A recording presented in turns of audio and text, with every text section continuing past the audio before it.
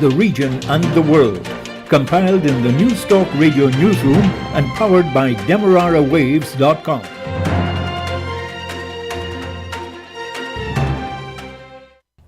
Good day with your major newscast. I am Jessica Daw. First with the highlights.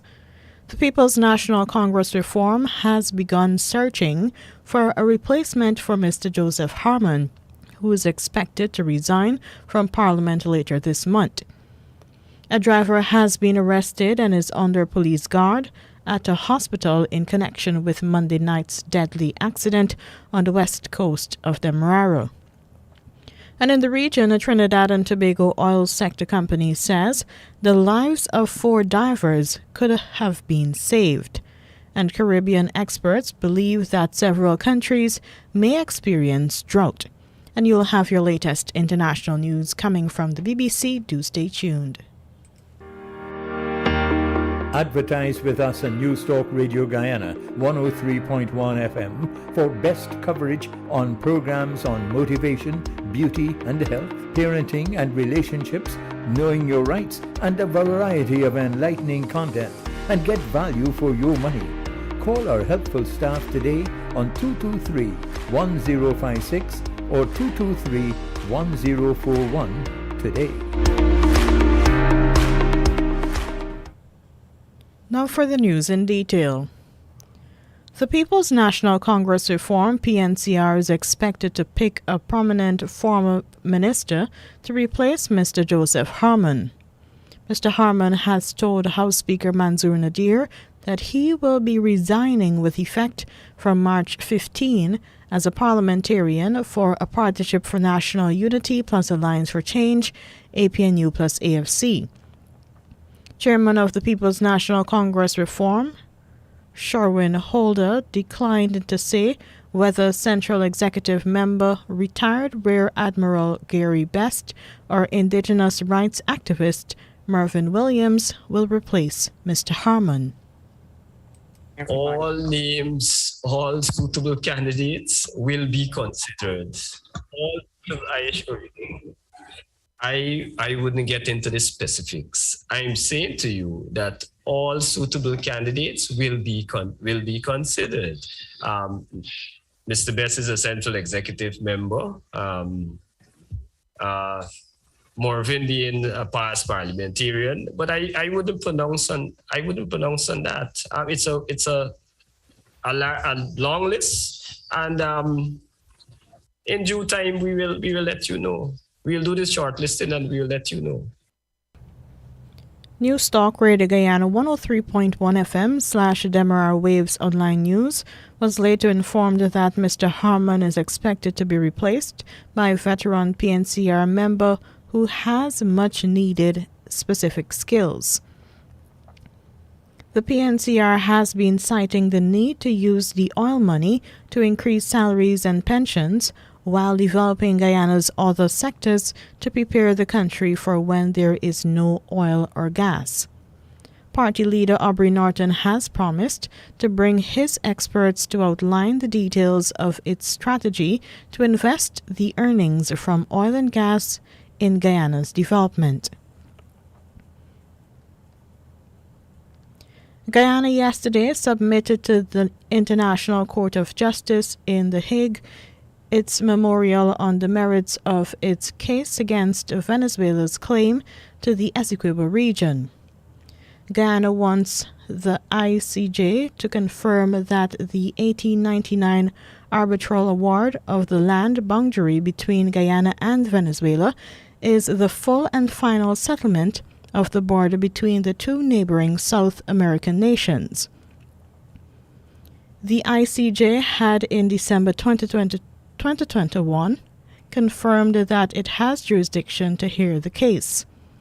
Venezuela says the ICJ does not have the legal right to hear the case and interprets the 1966 Geneva Agreement to mean that the border controversy must be settled through negotiations. Guyana seeks from the court a decision that the arbitral award of 1899 determining the boundary is valid and binding upon Guyana and Venezuela, and that the boundary established by that award and the 1905 agreement, demarcating it, is the lawful boundary between Guyana and Venezuela. Fed up that the United Nations Secretary General's mediation process had failed to resolve the controversy for more than 50 years, Guyana then moved to the ICJ more than 5 years ago. The chairman of the Alliance for Change, AFC, Raphael Trotman, is bemoaning the sidelining of the opposition coalition from the oil and gas sector. He says that the coalition of a Partnership for National Unity plus Alliance for Change, APNU plus AFC, is not being briefed by the international oil companies. Touching on the recently held International Energy Conference and Expo, he said the opposition was never invited. Mr. Trotman recalled that while in opposition, the coalition government had made every effort to involve Mr. Robert Prasad and Mr. Charles Ramson. The AFC chairman recalled that international oil companies had been asked to brief the then opposition PPP about the status of the oil sector. But now, Mr. Trotman says, the APNU plus AFC has to resort to table motions in the National Assembly to get answers about the industry. He says that disappointingly, the international oil companies and the local embassies are complicit in the tearing of the social fabric even more by giving their silent consent and encouragement to this practice of exclusion. Guyana's active COVID-19 cases are at an all-time low. It is now at 233. Of that number, 26 are in hospital and 211 have been told to isolate themselves at home to reduce the chances of spreading the virus. The Health Ministry says the 4 persons are very sick and are receiving intensive care. Laboratories have recorded 14 new cases within the past 24 hours. The death toll is 1,223. Police say that 3 persons were killed and several others were injured because a driver lost control of his speeding vehicle whilst racing with another vehicle and ran off the road. Investigators say that 18-year-old Matthew Amdekar has since been arrested and is hospitalized under police guard. He is accused of driving his car at a fast rate of speed and slamming into a parked vehicle on the Dwellum Public Road, then into Sharmella Harikissoon Sports Bar. Those killed are 23-year-old pedestrian Carlito Kissoon Gobin Lal, 46-year-old Kiran Ram Prasad, and 44-year-old Ayubi Mohammed. Injured are electrician Idu Wazim Mohammed and a 33-year-old Chandrika Verasamy. Police say that no trace of alcohol was found in the breath of the speeding driver. Now for the news in the region. In Trinidad, the contractor involved in the Paria diving incident 2 weeks ago is breaking its silence on the tragedy that claimed the lives of 4 divers. Details from CNC3 News. 11 days after tragedy struck during maintenance work on this berth, the company whose 4 divers lost their lives is speaking out. LMCS Limited, through its attorney Gerald Ramdeen, says it was willing and able to rescue Yusuf Henry, Rishi Nagasar, Faisal Kurban and Kazim Ali Jr. on the same day the incident occurred. Ali Jr. is the only son of LMCS Managing Director Kazim Ali. We not only had the manpower and the personnel to carry out their rescue, but we provided Paria with the methodology to execute the rescue. At all material times, we were prevented from executing this rescue by Paria and the Trinidad and Tobago Coast Guard. We were not given the chance to save the lives of our employees. LMCS says since the incident occurred, it has been providing support to the grieving families, including paying for the funerals of Kurban, Nagisa, and Henry. Ramdeen says the company is footing the bill for a private pathologist to do autopsies on all of the men and international experts to determine the cause of the incident. He says they are now gathering evidence for this investigation. Those who are responsible for this tragedy that led to the death of our employee and the serious injuries to Mr. Budram must be held accountable for their actions or lack thereof. The public interest requires no less. The families who lost their loved ones deserve no less. And LMCS will be satisfied with no less. LMCS says in the interest and honor of the lives lost, steps must be taken to prevent similar incidents from taking place. It says those responsible for the deaths of the men must be held accountable for their actions and inactions. Since the incident, the government has appointed an independent committee to investigate and make its findings available within 45 days. But in response this afternoon, Paria is denying liability for the death of the divers. The company says since June 2021, LMCS has been maintaining the pipeline.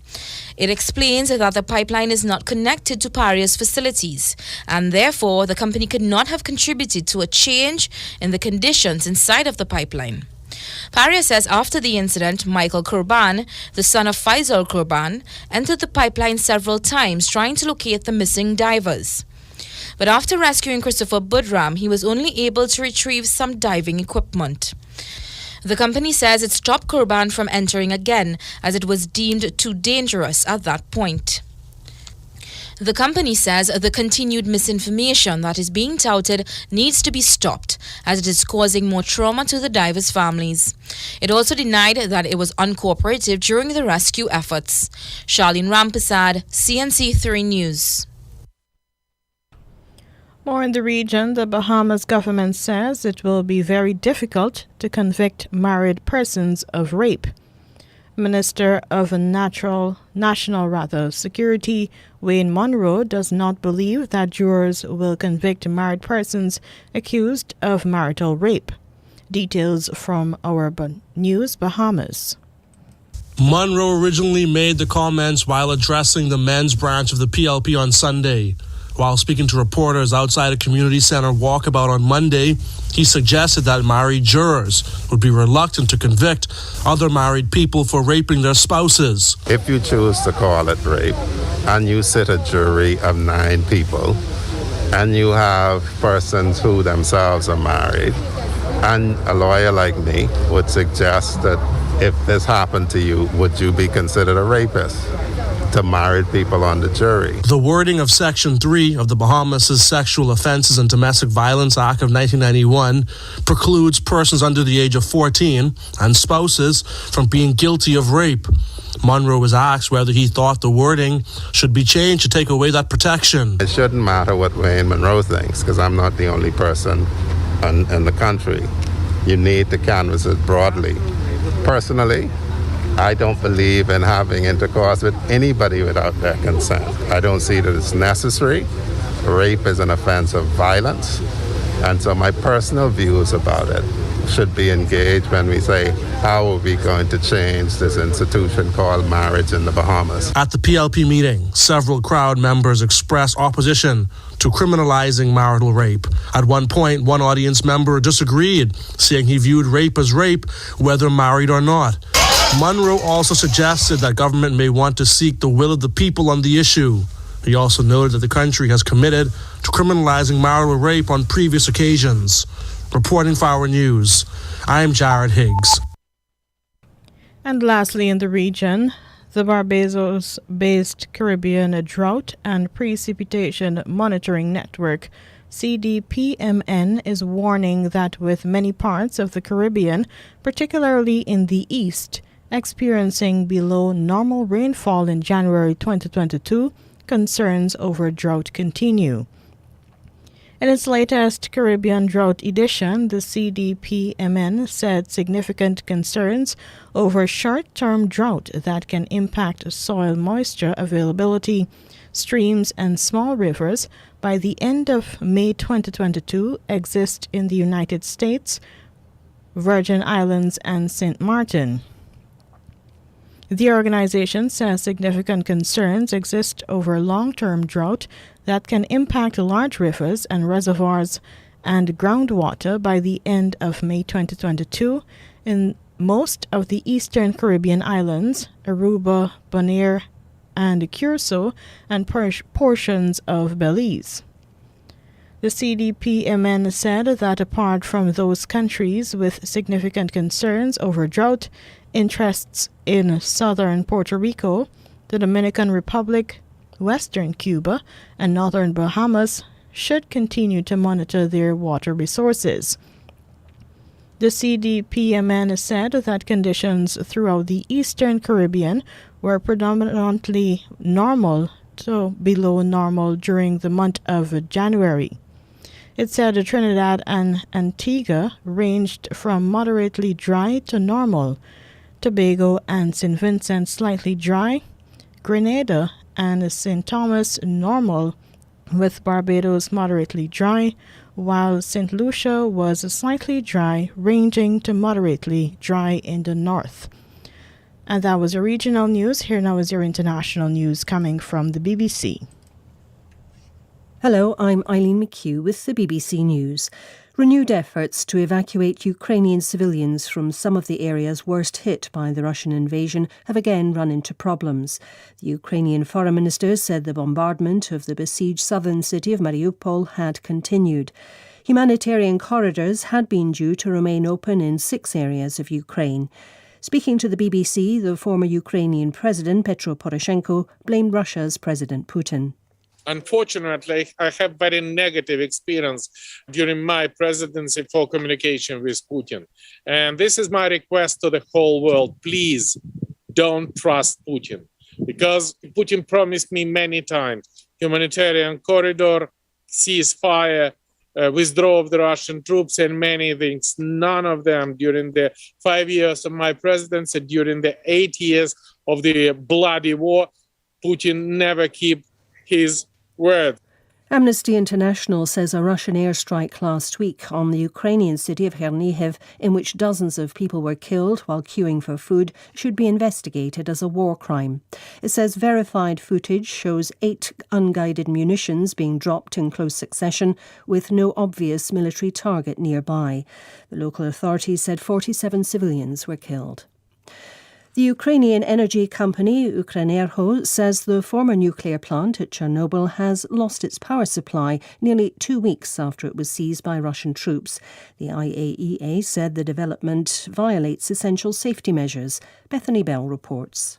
In a statement on Facebook, the Ukrainian energy company said Chernobyl had been fully disconnected from the grid as a result of actions by Russian troops. It said ongoing conflict made it impossible to carry out repairs and restore power supply.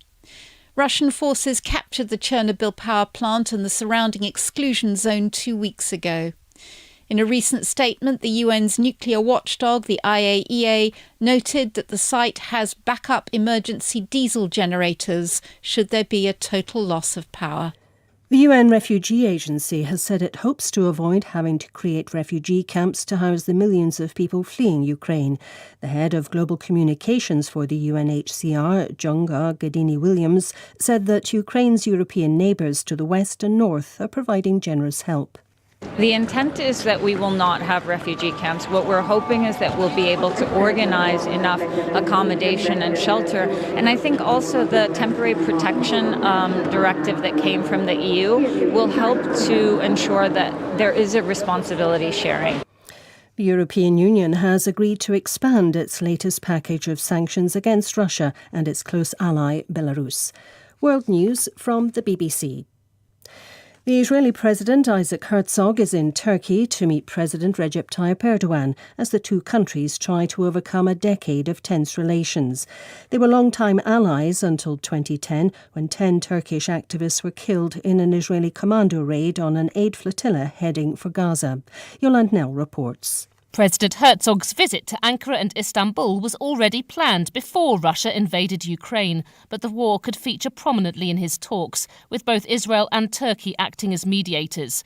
Otherwise, bilateral issues are up for discussion, including gas sales to Europe, a pertinent topic given the conflict. After what the Israeli president has diplomatically described as ups and downs and not so simple moments in recent years, mainly caused by Turkey's vocal support of the Palestinian cause, mutual interests are now driving the two countries to seek a rapprochement. The UN has warned that 12 million Syrians are facing food shortages, with 90% of its citizens now living in poverty. A report recommends that sanctions against the country should be reviewed as they are contributing to the humanitarian crisis. Austria, the first EU country to adopt compulsory COVID vaccinations, is to drop the mandate. The enforcement of the law was due to start next week. The decision to suspend the mandate will be reviewed again in 3 months. In Ukraine, members of the Kiev Orchestra have held an impromptu open-air concert in the city's Independence Square. Grant Ferret reports. Wearing hats and coats while playing in freezing temperatures, they performed various pieces, including the European anthem, Beethoven's Ode to Joy. A small crowd emerged from their shelters to wave Ukrainian flags. The conductor, Herman Makarenko, said he wanted the music of peace to reach the heart of everyone in the free world and to make the sky over Ukraine safe. BBC News. And that was your international news from the BBC. Here now is a recap of your highlights. The People's National Congress Reform has begun searching for a replacement for Mr. Joseph Harmon, who is expected to resign from Parliament later this month. A driver has been arrested and is under police guard at a hospital in connection with Monday night's deadly accident on the west coast of Demerara. In the region, a Trinidad and Tobago oil sector company says the lives of 4 divers could have been saved. And Caribbean experts believe that several countries may experience drought. And you had your latest international news coming from the BBC, and that was your major newscast. I am Jessica Daw.